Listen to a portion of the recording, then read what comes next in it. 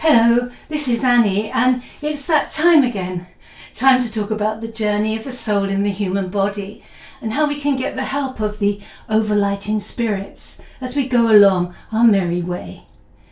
Today, I'll be talking to you about my experience of the god Mercury, who it seems is always there waiting to guide my footsteps. And so, quite frankly, it's been hard for me to know where to begin. His presence in my life has always been so all-encompassing for so long, so I feel a bit like an ant who's been given the job of describing Mount Everest, and I have a horror of damning him with faint praise. But one thing I know for sure is that Mercury always inspires my pen and my voice. He is the smith to my wordsmith. He is the key to my keyboard. He is the wright to my playwright. If he wasn't, I would be playing wrong and clueless. To me, any content, whether written or spoken without his guidance, is just fruitless word salad verbiage. If it doesn't touch anyone's heart, it doesn't move anyone, and so there is no growth, only death. Mercury may be the smallest planet in our solar system, but in terms of spiritual guidance, he certainly packs a punch. I've come to the view that without Mercury there would be no joy, no vivacity, no play, no fun, no ecstasy, and no merriment. A word that comes from him, of course. Otherwise, the mills in the heavens would just grind on and on endlessly, and to what purpose? Well, when Mercury appears, dancing out there on the starry rim, suddenly there is a reason again. He is the catalytic fuel that sparks life. When my daughter was young, I used to sing to her the following ditty. I expect you know it, and maybe you've sung it to your children. Row, row, row your boat gently down the stream. Merrily, merrily, merrily, merrily, life is just a dream. There is so much wisdom packed into those 4 short lines. The merrily part, of course, is Mercury, who always appears as the boatman to guide us down the stream. He is the ferryman in so many ancient myths and rhymes and songs. He is the psychopomp, the mediator between the humans in this world and the gods in the other worlds. So as the boatman, he ferries the mythological hero down into the underworld, otherwise known as the subconscious mind, where he meets the gods who present him with his own shadow during the dark night of the soul. And this is a necessary stage for us all to go through in life. When we're going through difficulty, that's usually what's going on, or often what's going on. For instance, Shanabi is the Mercury who takes Gilgamesh in his boat down the waters of death into the underworld. And then, when this Sumerian hero has passed all his trials down there and won the Hallows, Shanabi rows him out again, back to his human life on earth. He is Anubis, the navigator of the huge solar barge of the Egyptian king Khufu that was found in the Great Pyramid at Giza, and which is thought to be about 4,000 years old. But it comes from a story basis, a seedbed of story lore that is much older than that. But he is also the Greek Charon, the ferryman who conducts the souls of the dead across the river Styx to Hades. So that is always how Mercury has been to me, my boatman, although it took me most of my life to recognize him.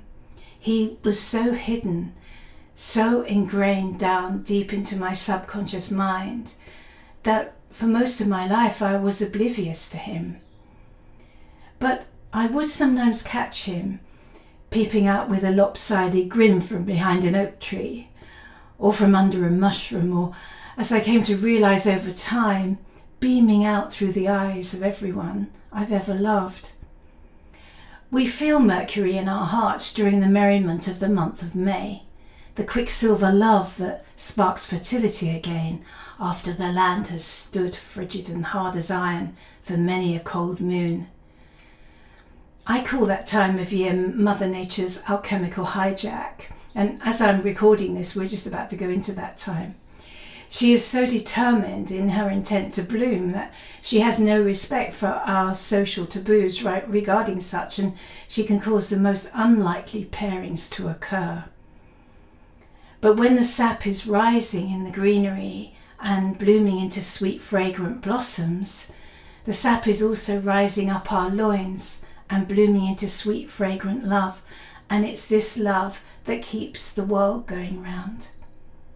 That's when we see Mercury in his green livery as Jack in the Green, or Robin Goodfellow, or Puck as his trickster aspect is portrayed in the Shakespeare play, A Midsummer Night's Dream. You probably remember how Puck whizzes around the forest as fast as Mercury whizzes around the sun, dropping Eros's love potion willy-nilly all over the place, and causing quite a merry dance among the players, both fairies and humans. He is in fact what crosses the divide that brings the humans and fae together. It makes the fairy queen fall madly in love with an ass-headed human. And I guess that seems strange, but if you listen to my last video on sacred shamanic sex, you'd know that if fairy queens didn't fall in love with ass-headed humans, the earth would become a desolate wasteland, as the Rosicrucian writer who called himself Shakespeare describes to us here. Therefore the winds, piping to us in vain, as if in revenge, have sucked up from the sea contagious fogs, which falling in the land have every pelting river made so proud that they have overborne their continents. The ox hath therefore stretched his yoke in vain, the ploughman lost his sweat, and the green corn hath rotted ere his youth attained a beard. The fold stands empty in the drowned field, and crows are fatted with the murrian flock. The 9 men's morris is filled up with mud, and the quaint mazes in the wanton green, for lack of tread, are indistinguishable. The human mortals want their winter here, but no night is now with him or carol blessed. Therefore the moon, the governess of floods, pale in her anger, washes all the air, that rheumatic diseases do abound. Life really is so often like this Shakespearean drama, in which our own eyes are veiled to the mysteries, as much as Titania's were veiled by Puck's love potion, and we remain in blindness to its true nature until our boatman comes along. It is what the ancient Vedic Indians called Maya, or illusion. But we need to be reminded of this regularly. As I've said before, we're like people with dementia. We walk into rooms with purpose and then stop because we can't remember why we're there, what we'd walked into the room for. In our ass-headed human form, we have no recollection as why we took incarnation here, let alone remember to call on the boatman. And so it is that the vessel of our subconscious mind tosses up and down on the stormy, wind-driven waves of comedy and tragedy. And we can get a bit seasick, although we don't know why. Talking of the sea, you will know, I'm sure, that the word sea in French is la mer, M-E-R. It comes from the Latin mer, meaning briny water, but it goes back again to Mercury, who guides all trade, transport, and communications. At the time when the secret priestly language of Latin was being constructed, all such commerce was conducted across the sea routes. So many of our associated words that are derived from Latin go back to this navigator across the waters, such as merchant and mercantile, mergers and markets and marine. Mercury is also the playwright of the masquerade of the Commedia dell'arte, in which he appears as the harlequin or juggler. In the tarot, he is the number 1 card, the magician. In other words, Mercury is the first character the fool meets as he sets out on his hero's journey. And it's just as well, because no dragon was ever slain, no damsel in distress was ever rescued without the supernatural aid of Mercury. Another Mercury word derived from the Latin is mercy, and so it's no coincidence that it turns out to be the crux and the redeemer of the knot of the situation in another well-known Shakespeare play, in which the beautiful Portia speaks these words: "The quality of mercy is not strained.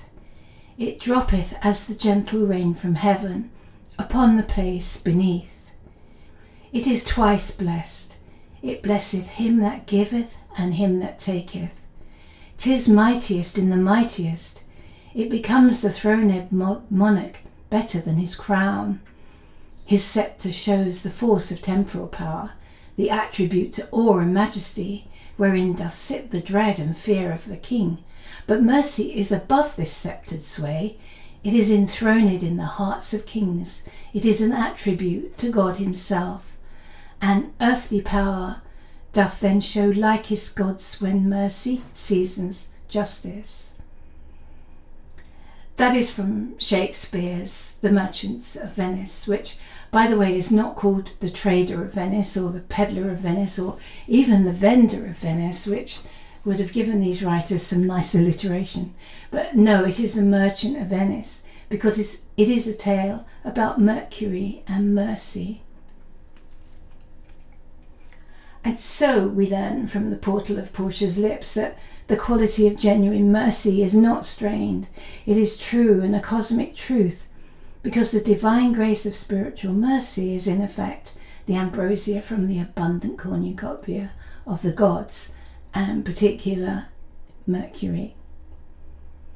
And so it is his mercy mainly that I experience in his interventions in my life. Any spiritual progress I've made, I have to hand over to him and say it's all his, because it usually takes ages for me to realise when I'm stuck. But in the end, he just takes pity on me, struggling to get my sail up in a hurricane or trying to bail out my flooded vessel with a tiny teaspoon. He helps me to let go and hand it all over to him, even if he has to sometimes trick me into it. In France, the French have named their days of the week after Roman gods, so their Wednesday is Mercredi, the day of Mercury, and it is best to appeal to him at dawn on that day. But I don't call him in the name of Mercury, and perhaps you'll allow me to explain something about that in the final part of this video, because you may find it useful in your own practices. If you go back further than the Roman occupation, and believe me, you'll need to if you want to find the seedbed of magic and mystery, our culture derives from the stories of the Scythians of what is now the Russian steppes. They migrated through the Caucasus Mountains and then fanned out across Europe and Scandinavia after the melting of the glaciers at the end of the last major ice age. So we're really talking about 9,000–10,000 years ago. These Scythians, who rode down from the Caucasian mountains and then fanned out across the continent, are the earliest ancestors of those of European and Scandinavian stock. And that's why we are sometimes called Caucasians. Some went to Norway, some went to Finland, some to Sweden, and their name for Mercury was Odin. But for those who became the Germanic peoples, they called him Woden. And so that's where we get our Wednesday from. It's Woden's Day. But to the Welsh, he was Gwydion. And herein hangs the tale.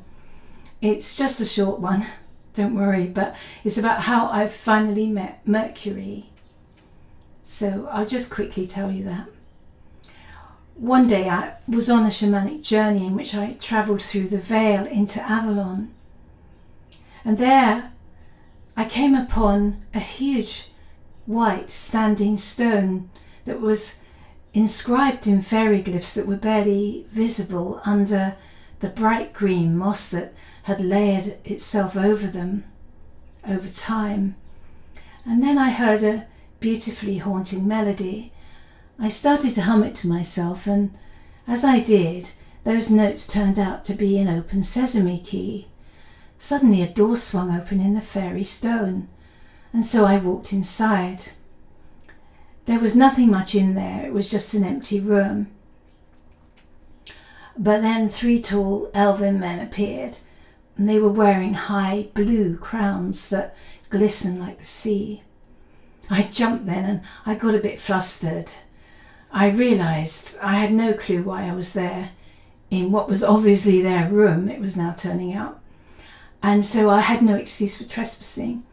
But then one of them just chuckled and said, "It's okay." And so I relaxed then and felt a bit more confident. And I saw that his face was gently wreathed in laughter lines and his eyes were shining with intelligence and humour.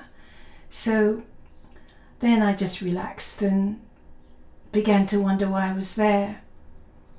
It was then that I saw he had a thick leather-bound volume in his left hand, and he was holding it open at a certain page to show me a poem. I looked, and there at the beginning of the second line of the second verse was my name printed. As you can imagine, I jumped when I saw that, and I didn't know what it meant, of course. But then he said, "We wanted to show you that just as you tell stories about us, we tell stories about you." It wasn't long after that I learned the name of this elf. He was Gwydion, the Welsh Mercury, and the 2 other men with him were his brothers, Goffanon and Gylfaethwy. They were the famous children of Don, the starring characters in a whole series of myths that have come down to us as the Mabinogion, and if you haven't read them, I can thoroughly recommend it. Now, it may seem strange to hear me talking about fictional play actors as if they actually exist, but it wouldn't be the first time that a writer realised that her characters already have life in the other worlds before she even puts pen to paper. They are often in shadowy skeletal form and require from the ink of the scribe's pen some blood to revive them into a more material life form. And then they can come to life through plot lines that follow the wisdom teachings that had provided the architecture of these plays and poems with their scaffolding thousands of years before the Roman era, going right back to the Russian steppe. It's a sort of rehabilitation job, if you like, and I guess it's not for everybody. But over a number of years, Gwydion has guided me in the writing of a series of books called the Glastonbury Chronicles. This is a series of 3 fictional books which weave back together those Welsh myths as I believe they were originally composed, or at least as close to as I can get with my limited knowledge, because we've all got limited knowledge. There's nobody that knows everything, but we're just walking towards in that direction of finding it. The scaffolding of those volumes charts the eternal love story of the twin souls, Gwydion and Arinrod, which goes through many ups and downs, lifetime after lifetime, worlds after worlds, just as our lives do here on earth, and for the same reason. The play of our life becomes a tragedy when we develop misunderstandings that are founded on ignorance of who we truly are. They are derived from a common consensus that has come about through false religions, science, or politics, which is really all the same thing. We can only remember who we really are by going down into our own underworld, our subconscious minds, and for that we need the boatman, we need the ferryman, we need the psychopomp, we need the navigator. In the first book, The Dragon Whisperer's Son, Arinrod doesn't recognise the great love between her and Gwydion because she is blinded to it by the social mores of the time. So over the course of the series, Gwydion helps Arinrod through her trials in the underworld, which in effect weave back her conscious mind to become one again with her subconscious, and this makes her whole again, so that she can remember who she truly is. I've put a link actually for you in the description box below if you want to read the first chapter of The Dragon Whisperer's Son, because it explains the knot of this problem in the whole of the first chapter. But at the end of the day, this self-realization is the answer to every question. It is the solution to every problem. It is the healing balm to every disease.